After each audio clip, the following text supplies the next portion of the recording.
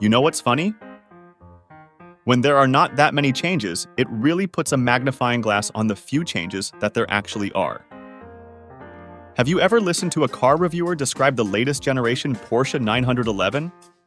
Like, this is a car that's looked more or less the same for the past 50 years, with slight evolutions with each new generation.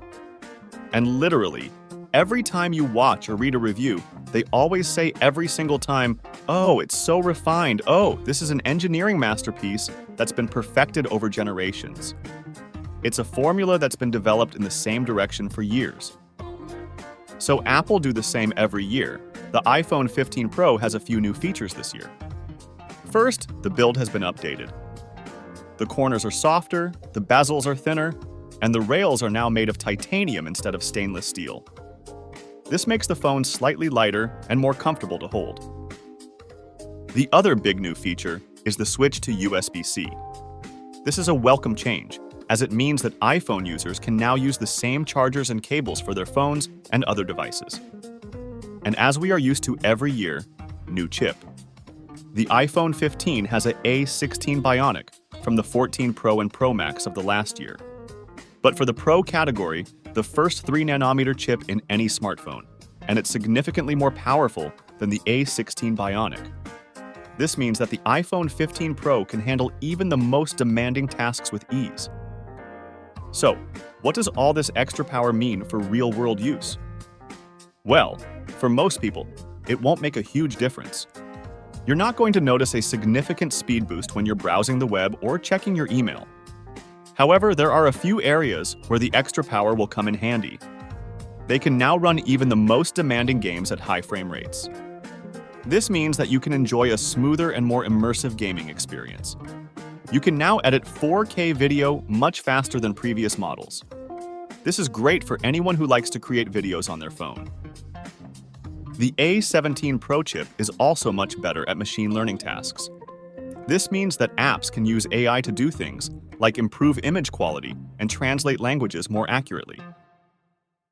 Now let's take a deeper look at every single iPhone we had this year and see which one is really good to replace your current phone. Starting with the most important thing, the screen.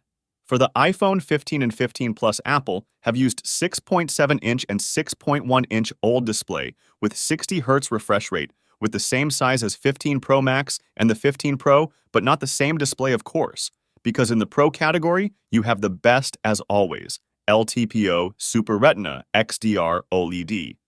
120 Hz refresh rate, HDR10, Dolby Vision, 1000 nits typical, 2000 nits the higher under sunlight. The dynamic island comes this year in all the 15, not only the Pro. With always-on display, the Pro and Pro Max have smaller bezels, breaking a record of 1.5 millimeters. For the USB Type-C, the major change Apple was forced to do this year is not as good as everyone says, because the version that come with 15 and 15 Max is just USB Type-C 2.0, and you have 3.0 in the Pro and Pro Max that support up to 10 gigabits per second, but it required USB 3 cable with this capacity. The cable that come in the box is normal cable 2.0, not capable for this speed. With this USB-C upgrade, Apple decide to open the doors for external storage, so you can record 4K video directly to external SSD drive. Not only that, you can also plug your iPhone to external monitor up to 4K resolution, plug in external keyboard, and many other external tools that comes with USB-C. The iPhone 15 Pro is powered by Apple's new A17 Pro chip, which is the first 3nm chip in any phone. On paper, the A17 Pro is incredibly powerful, with performance that rivals the M1 chip in Apple's laptops. But more power isn't always better. In the real world, most people won't notice a significant difference in performance between the A17 Pro and the A16 Bionic chip in the iPhone 14 Pro. Where the A17 Pro really shines is in dedicated tasks, such as image processing and machine learning. For example, the new image signal processor can take photos much faster and more consistently than the old one. And the new neural engine can recognize portrait mode subjects automatically and even let you go back in time and change a regular photo to a portrait mode photo. However, there are some concerns about battery life and overheating with the A17 Pro chip. Some users have reported shorter battery life than expected, and there have also been some reports of the phone overheating while gaming or using other demanding apps. It's still too early to say for sure whether these are widespread issues, but it's something to keep in mind if you're considering buying an iPhone 15 Pro. Overall, the A17 Pro chip is a significant upgrade over the A16 Bionic chip. It's more powerful, more efficient, and includes new features that make it ideal for demanding tasks. However, battery life and overheating concerns are something to keep in mind. But for sure, there will be software update to correct the overheating issue. For the battery, I can say that the 15 Plus is the leader this year, with over 13 hours of continuous use with screen on. It's even far from the 15 Pro Max with more than 2 hours of use, so the bigger size comes with benefit at the end. On the other side, the 15 Pro have the worst battery life, even less. Then the 15 normal that have nearly the same capacity, but can give more time on use than the Pro. So the problem here is from the new chip that consume more juice. The iPhone 15 Pro's new action button is a customizable button that replaces the mute switch. It's a great idea, but it's not for everyone, and it's not available in the 15 and 15 Plus, so it's just for the Pro. On the one hand, it's incredibly versatile. You can map it to do anything you want, from launching apps to taking a photo. It's also a great way to add more functionality to your phone. On the other hand, it's not very reachable. It's located in the top corner of the phone, which makes it difficult to reach with one hand. This means that many people may find themselves using it less often than they would like. Overall, the action button is a mixed bag. It's a great idea, but it's not perfect. It's up to each individual user to decide whether or not it's worth using. I think the action button is a great idea, but it needs to be more accessible. It would be better if it were placed in a more central location on the phone, or if it were easier to reach with one hand.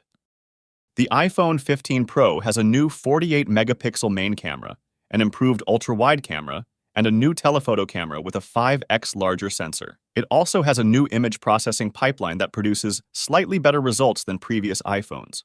The new main camera has more detail and contrast, and the ultra-wide camera has a closer macro capability.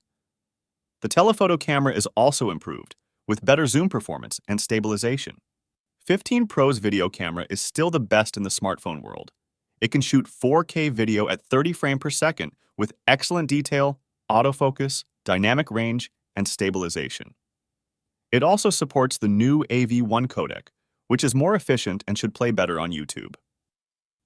This year, the iPhone 15 Pro can also shoot log video, which is a professional video format that gives you more control over the look of your footage in post-production.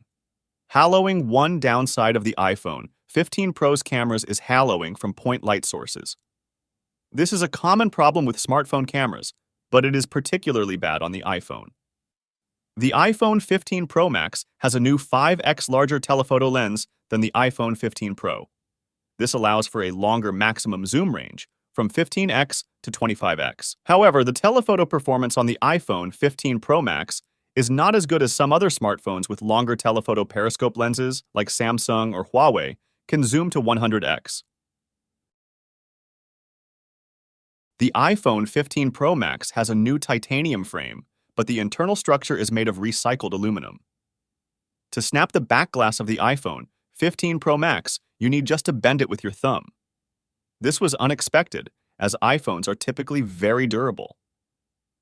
I believe that the titanium frame may have contributed to this, as it is much stronger than aluminum, but also less flexible.